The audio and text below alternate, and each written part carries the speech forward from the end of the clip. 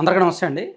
Junior NTR గారు రాజకీయాల్లోకి రాబోతున్నారు, పార్టీ పెట్టబోతున్నారు, ఒక స్వచ్ఛంద సేవా సంస్థ ఒకటి ఏర్పాటు చేయబోతున్నారు ఊరు వాడ అనే పేరుతో. ఏదో రకరకాల చర్చ జరుగుతోంది.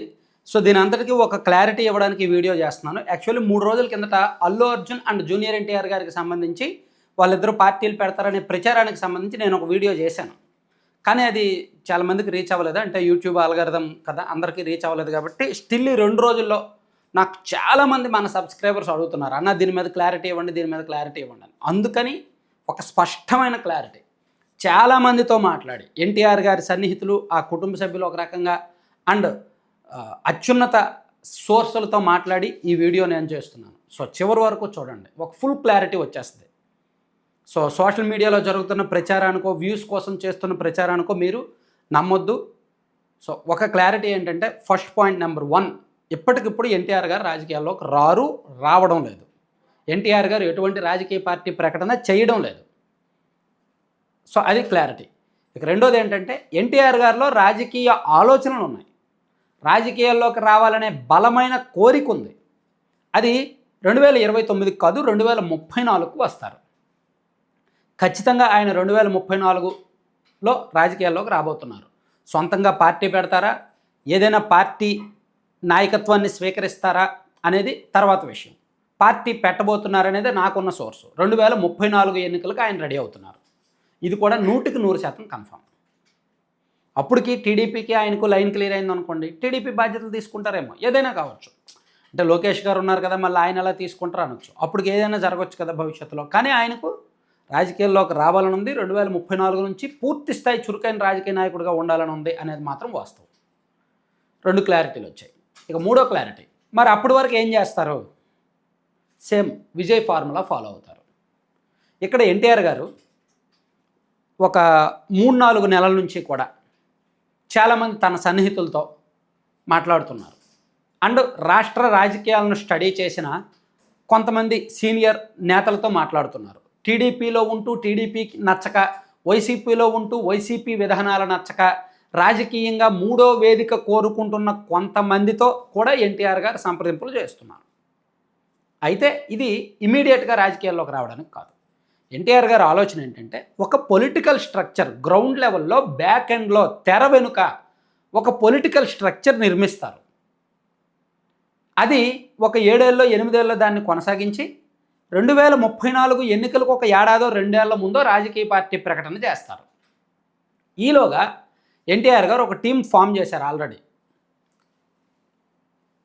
రాజకీయ సలహాదారులు అనుకోవచ్చు, తన వ్యక్తిగత సలహాదారులు అనుకోవచ్చు, ఒక 10 మందితో ఒక టీం ఫామ్ చేశారు. ఆ టీంకి కొన్ని స్పష్టమైన బాధ్యతలు అప్పచెప్పారు. వాళ్ళు ఇప్పుడు కొన్ని స్వచ్ఛంద సేవా కార్యక్రమాలు ఏర్పాటు చేయబోతున్నారు. దానికి ఎన్టీఆర్ గారు ఫండింగ్ కొంత ఉంటుంది, ఎన్టీఆర్ గారి బ్రాండే జనంలోకి వెళ్తుంది, ఎన్టీఆర్ ఫ్యాన్స్ బ్రాండే జనంలోకి వెళ్తుంది, అండ్ ఎన్టీఆర్ గారి సొంత డబ్బే చాలా వరకు ఉంటుంది అనమాట. అది 100 కోట్ల, 50 కోట్ల, 200 కోట్ల అనేది అప్రస్తుతం. సో దానికి ఊరు వాడ అనే పేరు అనుకుంటున్నారని సోషల్ మీడియాలో ప్రచారం జరుగుతుంది. పేరు అయితే ఇంకా 100% ఇప్పుడు కన్ఫర్మ్ చేయలేదు. దాని మీద ఇంకా చర్చలు జరుగుతున్నాయి. ఆ సలహాదారులు ఉన్నారు కదా, వాళ్ళు రకరకాల 4-5 పేర్లు చెప్పారు. అది చూస్తుంది. ఎన్టీఆర్ ఫర్ పీపుల్ అని ఒకటి ఆలోచిస్తున్నారంట, ఊరు వాడ అని రకరకాల పేర్లు ఉన్నాయన్నమాట. అది ఫైనల్ చేస్తారు. సో అంటే ఒక స్వచ్ఛంద సేవా సంస్థ ఏర్పాటు చేసి రాష్ట్రంలో జిల్లాల వారీగా అవసరమైన కొన్ని కుటుంబాలను గుర్తించి వాళ్ళని అడాప్ట్ చేసుకొని వాళ్ళ సేవా కార్యక్రమాలు చేసి, దానిలో ఫ్యాన్స్ని, ఎన్టీఆర్ గారి ఫ్యాన్స్ని ఎక్కువగా ఇన్వాల్వ్ చేసి, వాళ్ళల్లో పొలిటికల్ యాంబిషన్ ఉన్న వాళ్ళని, రాజకీయ లక్ష్యాలు ఉన్న వాళ్ళని, రాజకీయంగా బలమైన కోరిక ఉన్న వాళ్ళని, మంచి ఐడియాలజీ ఉన్నవారిని ఎంపిక చేసి, వాళ్ళని బ్యాక్ ఎండ్లో ఒక 5 ఏళ్ల పాటు నాయకులుగా తీర్చిదిద్ది, వాళ్ళలో ఎంతమంది పనికి వస్తారో అనేది చూసి, అంటే ఆయన ప్రత్యక్షంగా రాజకీయ ప్రవేశానికి ముందే బ్యాక్ ఎండ్లో నాయకత్వ తయారీ జరిగిపోతుంది, క్యాడర్ తయారీ జరిగిపోతుంది, పొలిటికల్ స్ట్రక్చర్ నిర్మాణం జరిగిపోతుంది. సేమ్ విజయ్ ఇదే ఫాలో అయ్యారు. సేమ్ తమిళనాడులో విజయ్ చేసింది ఇదే. ఆయన 2016, 2017 నుంచి కూడా పొలిటికల్ స్ట్రక్చర్ నిర్మించుకుంటూ వచ్చారు. 2024లో పార్టీ అనౌన్స్ చేశారు, 2026లో ఎన్నికలకు వెళ్ళి గెలిచారు. ఆయనకు కపిల్ సాహు అని ఒక సలహాదారుడు కూడా 2 ఏళ్ల నుంచి పనిచేశారు. సో ఇప్పుడు ఎన్టీఆర్ గారికి పూర్తి స్థాయి సెఫాలజిస్ట్ ఎవరో పనిచేయట్లేదు, కానీ కొంతమంది ఆయన సన్నిహితులే ఆయనకు టీం మెంబర్లుగా ఉన్నారనమాట. వాళ్ళందరూ పనిచేస్తున్నారు. సో ఇది ఒక క్లారిటీ. ఎన్టీఆర్ గారికి ఇంకా కొన్ని సినిమాలు చేయాలని ఉంది, కొన్ని బలమైన సినిమాలు చేయాలని ఉంది. రాబోయే 6 నుంచి 8 సంవత్సరాలు ఆయన పూర్తిగా సినిమాల మీదే ఫోకస్ పెడతారు. కంప్లీట్గా జనంలోకి వెళ్ళే సినిమాలు కొన్ని తీస్తారనమాట. ఆ తర్వాత ఉన్న పరిస్థితులను బట్టి, ఎందుకంటే 2029 ఎన్నికలు రాష్ట్ర భవిష్యత్తును నిర్దేశించబోతున్నాయి. ఒకవేళ మళ్ళీ కూటమి అధికారంలోకి వచ్చి జగన్ ఓడిపోయారు అనుకోండి, వైసీపీ నిలవడం కష్టం.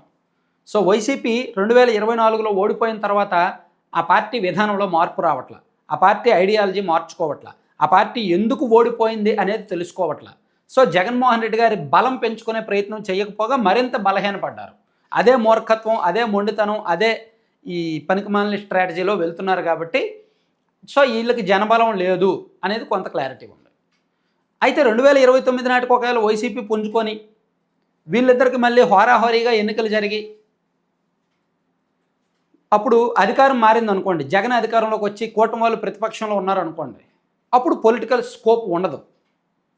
అలా కాకుండా 2029లో కూడా మళ్ళీ కూటమి ఏకపక్షంగా గెలిచి జగన్ గారు మళ్ళీ దారుణంగా ఓడిపోయారు అనుకోండి, ఎస్ ఈ రాష్ట్రంలో ఈ ప్రతిపక్షం పనికిరాదు, జనం యాక్సెప్ట్ చేయట్లేదు, మరో పార్టీ కావాలి.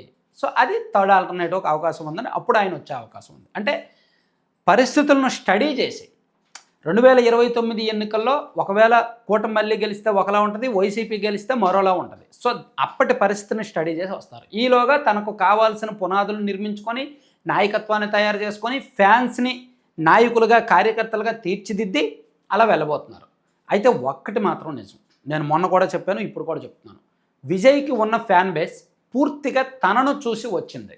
కానీ ఎన్టీఆర్ గారికి ఉన్న ఫ్యాన్ బేస్ టీడీపీ ఫ్యాన్సే ఎన్టీఆర్ ఫ్యాన్స్, నందమూరి కుటుంబ ఫ్యాన్సే ఎన్టీఆర్ ఫ్యాన్స్, బాలకృష్ణ గారి ఫ్యాన్సే ఎన్టీఆర్ ఫ్యాన్స్, ఎన్టీఆర్ ఫ్యాన్సే టీడీపీ ఫ్యాన్స్, ఎన్టీఆర్ ఫ్యాన్సే నందమూరి ఫ్యాన్స్, ఎన్టీఆర్ ఫ్యాన్సే బాలయ్య బాబు ఫ్యాన్స్.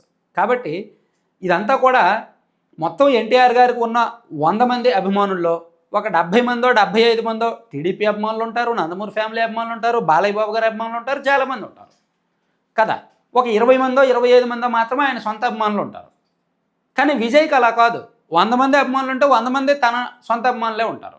కాబట్టి విజయ్ని చూసి ఇక్కడ అదే ఐడియాలజీ ఫాలో అయితే ఎన్టీఆర్ గారు కొంత దెబ్బతింటారు. అయితే ఎన్టీఆర్ గారికి ఉన్న మరో ప్లస్ ఏంటంటే మంచి వాగ్ధాటి. ఇప్పుడు మన రాష్ట్ర రాజకీయాల్లో ఎవరూ అంత మంచి వాగ్ధాటి లేరు, అంత బలంగా మాట్లాడే వాళ్ళు ఎవరూ లేరు. అది 2009లోనే ఎన్టీఆర్ గారు ప్రూవ్ చేసుకున్నారు. అండ్ జనం నాడి తెలిసిన వ్యక్తి, అండ్ రాజకీయంగా కావాల్సిన లక్షణాలన్నీ కూడా ఆయనలో ఉన్నాయి. ఆ క్వాలిటీస్ అన్నీ, ఒక నాయకుడికి ఏ క్వాలిటీస్ ఉన్నాయి ఆ క్వాలిటీస్ తనలో ఉన్నాయి. దాంతోపాటు అంటే ఏ క్వాలిటీస్, కొన్ని నెగిటివ్స్ ఉంటాయి, కొన్ని పాజిటివ్స్ ఉంటాయి. అవసరానికి తగ్గట్టు మార్చడం, ఏ ఎండకు అగొడుగు పట్టడం, సేఫ్ జోన్ చూసుకోవడం, తను ఏది అవసరమో దానికే రెస్పాండ్ అవ్వడం, కొన్నింటిలో వెనక్కి తగ్గడం, కొన్నింటిలో ముందడుగు వేయడం, ఈ క్వాలిటీస్ అన్నీ రాజకీయ నాయకుడికి ఉండాల్సిన లక్షణాలు. అవి ఎన్టీఆర్ గారిలో ఉన్నట్టు మనం కొంతకాలంగా చూస్తున్నాం. సో ఇలా ఎలా చూసినా ఆయన కొన్ని ప్లస్లు ఉన్నాయి, కొన్ని మైనస్లు ఉన్నాయి.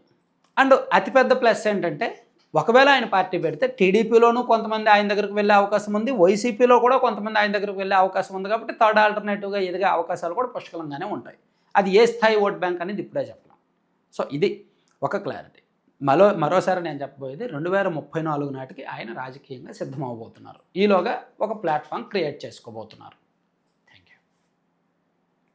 మీరు స్క్రీన్ మీద చూస్తున్నారు కదా laddupallam.com అని, వీలైతే ఒకసారి ఈ వెబ్సైట్ విజిట్ చేయండి, లేదా 9997839994 నెంబర్కి వాట్సాప్లో మెసేజ్ చేయండి. సీడ్స్, మిల్లెట్స్, లడ్డూస్, అంటే సీడ్స్ మిల్లెట్స్తో చేసిన లడ్డూస్ వీళ్ళ దగ్గర ఉంటాయి. రాగి, సజ్జ, జొన్న, కొర్ర, అలాగే అవిసె గింజలు, పొద్దురు గింజలు, గుమ్మడి గింజలు, మఖానా, అంటే మల్టిపుల్ హెల్త్ బెనిఫిట్స్ ఉండే ఫుడ్ ప్రోడక్ట్స్ వీళ్ళు అమ్ముతారు. Veg and non veg pickles ఉంటాయి, హెల్దీ పౌడర్స్ ఉంటాయి, హెల్దీ స్నాక్స్ ఉంటాయి. సో ఇవన్నీ కూడా మీకు కావాలి అనుకుంటే 9997839994 నెంబర్కి వాట్సాప్లో మెసేజ్ పెట్టచ్చు, లేదా కాల్ చేయొచ్చు. 2 తెలుగు రాష్ట్రాలకు ఫ్రీ షిప్పింగ్ ఉందండి. ఇతర దేశాలకు కూడా వీళ్ళు షిప్ చేస్తున్నారు. సో వారానికి 2 లేదా 3 పార్సల్ USA వెళ్తున్నాయి, UK వెళ్తున్నాయి. సో మీకు కూడా కావాలనుకుంటే బుక్ చేసుకోండి.